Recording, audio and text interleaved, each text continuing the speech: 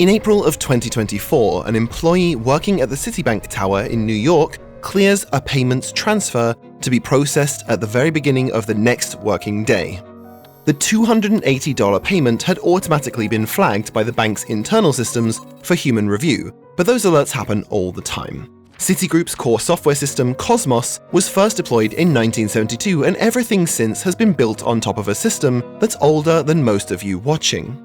To put it generously, it sometimes struggles to keep up with modern finance, and warnings are more often than not false alarms.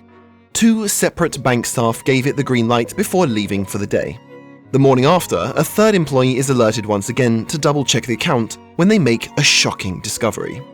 Instead of crediting the customer's account with $280, they had actually given them $81 trillion, approximately 4 times America's entire GDP. For 90 minutes, the unidentified person that owned that account technically became the richest person in history more than 200 times over. The interest alone that they would have earned in the 1.5 hours at Citibank's far from generous savings rate would be $1.6 billion. But of course, that never happened. As quickly as 80% of all US dollars in existence were created, they were deleted with a quick edit to the bank's database. Unfortunately for the unnamed individual, the bank did not honor their interest rate, since the whole thing was chalked up to a simple computer error.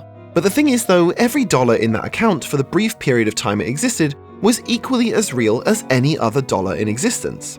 What's more is that this isn't a rare occurrence. The team that initially broke this story found that just Citibank itself had 23 similar incidents involving errors of $1 billion or more in the 2 years before making this latest error. So if mistakes like this are actually possible, how is money created? And more importantly, how is it destroyed? Imagine having $3 billion in cash sitting in front of you. We produce over 50% of the nation's currency here. The bad is on that issue of prices and the economy. This is the first time that we've polled. We see we're still paying more for the basics. Food prices up 2.6%. Citigroup mistakenly credited a customer's account with $81 trillion instead of $280, according to a report by the Financial Times. To fully understand how to destroy a dollar, you will need to know how to destroy cash, how to destroy money, how to destroy wealth, and what the difference between these 3 are. Okay, so the overly simple answer to how money is destroyed is that it's blended up into shreds at one of the 12 facilities run by the Federal Reserve Bank across America. If you find yourself in Vegas and lose a slightly used dollar bill to a casino, the casino will deposit that money at their bank, and if the bank deems that money unfit for circulation, it'll send it off to the Federal Reserve, who will exchange that money for a nice brand new banknote that they can put back into circulation.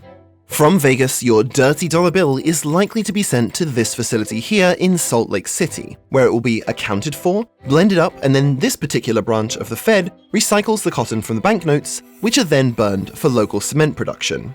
But if you deposited your dirty dollar bill in Atlanta, it will get turned into compost. Of course, depending on where you live around the world, most central banks have some variation of this system. If you are so inclined and you have the money, your central bank probably has a system for you to order your own cash, fresh off the printing press. But this didn't really eliminate any money, it just replaced an old dollar bill for a new fresh dollar. The total amount of money floating around the economy stayed the same. Besides, in the US, the total money supply is now over $21 trillion, and physical notes and coins only make up about $2 trillion. At the end of the day, notes and coins are really just receipts for money, which can be conveniently transported in your pocket. Most of the money is held digitally in bank accounts.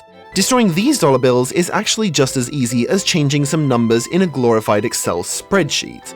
But assuming you're a bank, and if you want to keep your banking license, you need to follow some very important rules.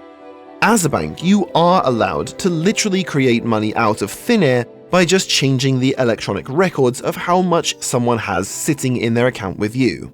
But don't get too excited just yet, because if the person that owns that account spends the money, it will probably get transferred to a different bank, and that bank is going to want to settle the difference.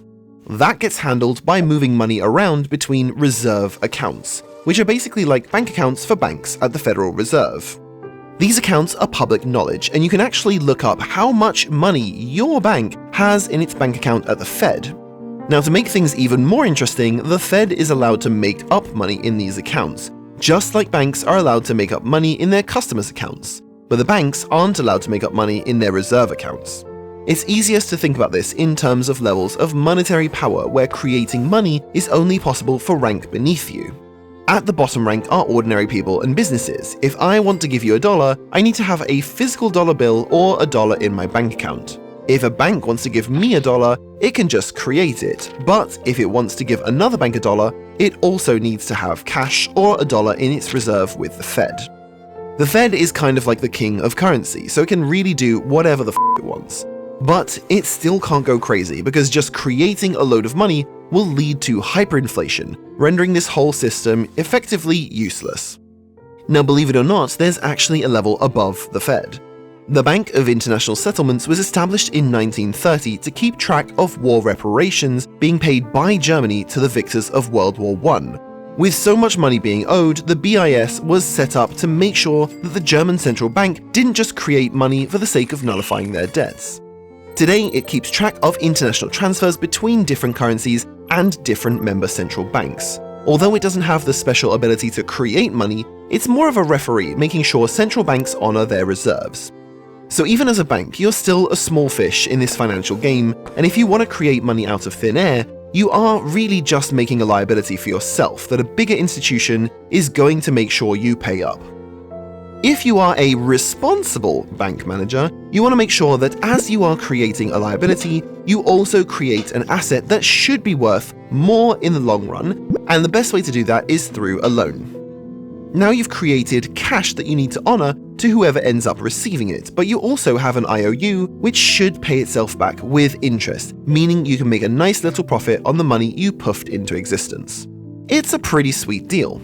Destroying money is just doing the same thing in reverse. As the person starts paying you back, you reduce the IOU, and at the end of the loan contract, you should have fully replaced the money you created with a nice little bit of profit. You can use the principal to settle any differences with the Fed, and interest you charge is gravy. Now, this isn't a flawless system. If you write a loan to someone who never pays it back, you still need to settle your transfers with the Fed. But hopefully, the interest you charge on your other loans pays for the bad loans with some profit margin left over. If it doesn't, well, you suck at being a bank.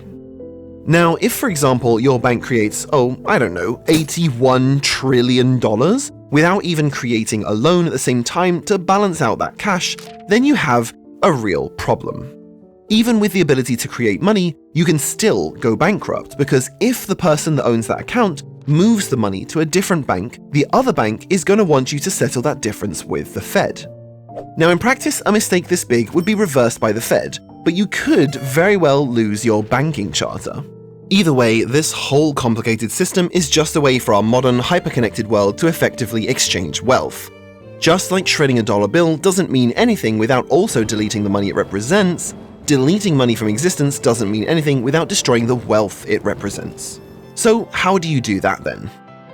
The S&P just slightly higher right now. The Dow down more than 100 points. The Nasdaq coming off its worst day since 2022. Tesla only story when you look at just this fall in EV sales for them that they're suffering across Europe, down 45% in January. But as of last night, more than $5 trillion in value had been wiped from the markets in just 3 weeks. On the 20th of January 2025, a small team working out of an unassuming office building in central Hangzhou were about to publish a program that would rock financial markets. DeepSeek was an AI program that by most measurements rivaled or even exceeded its Western peers. To make matters worse, instead of taking tens of billions of dollars from some of the world's largest companies, it was developed as a side project for a relatively small hedge fund, reportedly using inferior computing hardware all on a budget of just a few $1 million. This launch destroyed more than $1 trillion in market value within just 24 hours. But what does that even mean? When people are talking about markets losing billions or trillions of dollars, that money isn't actually going anywhere. Values are just being recorded differently. Market capitalization multiplies the last price a share sold at by the total number of outstanding shares. If people start selling their shares for lower prices, the total value of all those shares is assumed to have fallen. The share market and real estate collectively make up the majority of financial wealth in most countries around the world, and the ratio of how much money is in circulation and the total value of these assets is something that needs to be carefully monitored. Currently, the total value of wealth held in shares compared to the total supply of money is at the second highest level in financial history. What does this mean? Well, the last time this happened was at the height of the dot-com bubble. It indicates that money is being created to drive up wealth rather than actually to do anything constructive in the economy. And it also means that if you want to destroy a dollar, you're going to destroy a disproportionate amount of wealth in the process.